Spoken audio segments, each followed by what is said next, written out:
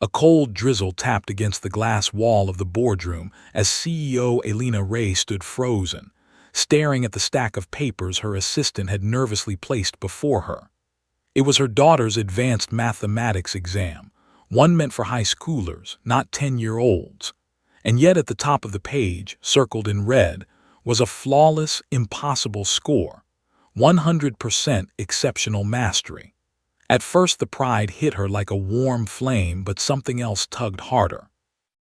Her daughter had been struggling only months ago. How did she make such a jump? And then she read the line that made her heart stop. Your daughter mentioned she's been learning from someone named Mr. J. If possible, we'd love to meet this tutor. Elena didn't hire any tutor. The mystery sharpened her curiosity and fear. Who was influencing her child without her knowledge? And why would her daughter hide it? Those questions pulled her into a story she never imagined, one that would test her pride, her past, and the assumptions she never realized she carried. Elena spent the entire drive home rehearsing questions, imagining worst-case scenarios. Her daughter Ellie met her at the door with a bright smile, hugging her tightly, the kind of hug Elena always felt she didn't fully deserve. In the middle of dinner, Elena brought it up gently, trying not to sound like a CEO interrogating a witness. Ellie froze, her fork in midair. I didn't mean to hide anything, she whispered. I just didn't want you to take him away. That single sentence sliced through Elena's chest. Ellie explained everything, how she had been going to the storage hallway after school, where a quiet janitor had been teaching her math using chalk and cardboard boxes. He never asked for money, never crossed boundaries, and never stepped into personal matters. He just taught her patiently, kindly, brilliantly. He's the smartest person I ever met, Ellie said simply. He believes in me. That night, long after Ellie slept, Elena kept replaying those words.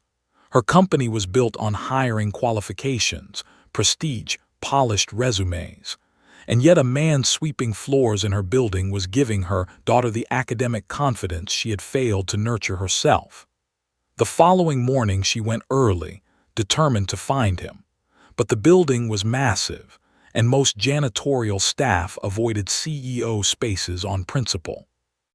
It took 2 hours, several startled employees, and an awkward conversation with security before she finally found him.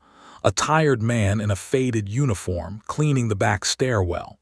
He lifted his head slowly when she spoke his name. Jonas, she asked.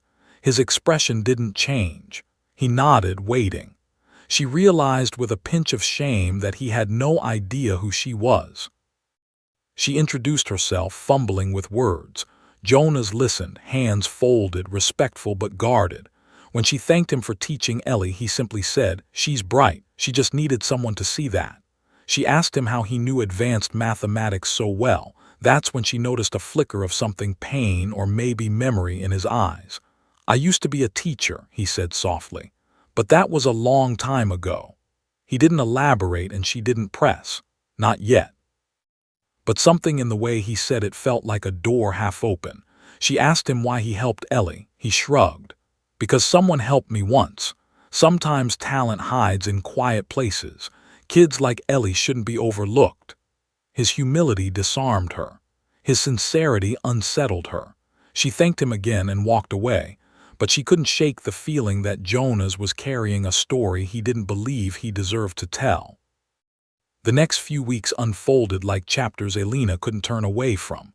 Ellie's confidence blossomed.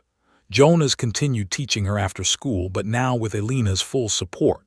She even visited their makeshift classroom once, just cardboard, chalk, and 2 chairs, and yet Ellie's laughter echoed like a symphony. One evening, while Ellie worked on a problem, Elena asked Jonas again about his past. This time he quietly told her. He had once been a rising mathematics professor. Awards, publications, invitations to speak internationally. But life twisted cruelly when his wife fell gravely ill. Medical bills devoured everything. He sold his house, left academia. After she passed, he took the first job he could get, the cleaning staff at Elena's company. The contrast between who he had been and where he was now sat heavily between them. He never complained, never blamed anyone. "Life happens," he said.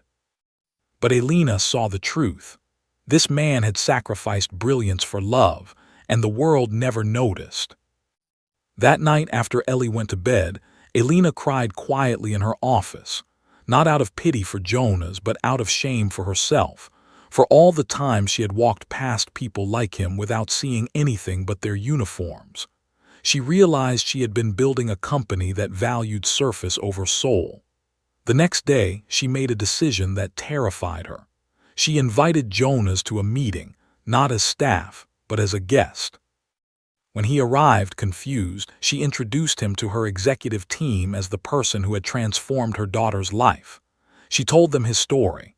She announced a new initiative, a free education support program for employees' children led by Jonas, who would be promoted, trained, and given full authority to build it. When she finished, the room erupted in applause, but Jonas just stood there, stunned. "Why me?" he whispered. "Because," she said with a trembling smile, "you're the best teacher I've ever met. And because talent like yours deserves to be lifted, not hidden." Jonas accepted the role with quiet gratitude, though Elena noticed he wiped his eyes before stepping out to meet the first group of children. The program flourished. Kids once shy or struggling began smiling, asking questions, solving problems with joy. Parents thanked Jonas daily. Ellie proudly told everyone, "My teacher is a genius." And slowly, almost reluctantly, Jonas allowed the world to see again who he truly was. But the most unexpected change happened in Elena herself. She found herself seeking Jonas's perspective, not just for Ellie, but for the company. They spoke often, sometimes about education, sometimes about life, sometimes just sharing quiet coffee breaks where no titles mattered. She realized she admired him deeply, not because he was brilliant, but because he carried kindness like a quiet flame in a world that often rewarded the loudest voices. Months passed, and during the company's anniversary event, Elena called Jonas onto the stage. Standing before hundreds of employees, she said the words she had held in her heart. "This man reminded me that greatness is not in positions, but in purpose. He changed my daughter's life, and he changed mine." Jonas tried to speak, but emotion stole his voice. The audience rose in a standing ovation. Ellie ran onto the stage to hug him tightly, and he kneeled, crying into her small shoulder. It was a moment no one there ever forgot. Later that night, when the building was quiet and the lights were dimmed, Jonas walked through the once lonely hallways with a new sense of belonging. Elena joined him, hands in her pockets, smiling softly. "Strange, isn't it," she said, "how people cross paths in the most unexpected ways?" Jonas nodded. "Life is a puzzle," he murmured. "Sometimes the pieces don't make sense until you turn them over." She looked at him, truly looked, and understood the fullness of what he meant. And in that moment, beneath the soft hum of the empty office floors, two people who once lived in separate worlds found something rare. A connection built not on power or position, but on shared hope, healing, and the simple belief that one act of kindness can change everything. The journey had begun with a mysterious exam score and a hidden teacher, but it ended with a truth far greater than either of them expected. Sometimes, the person who sweeps the floors holds the wisdom to sweep away the walls we build around our hearts. And sometimes, the smallest lessons, taught in a quiet hallway with chalk dust and cardboard, are the ones that transform entire lives.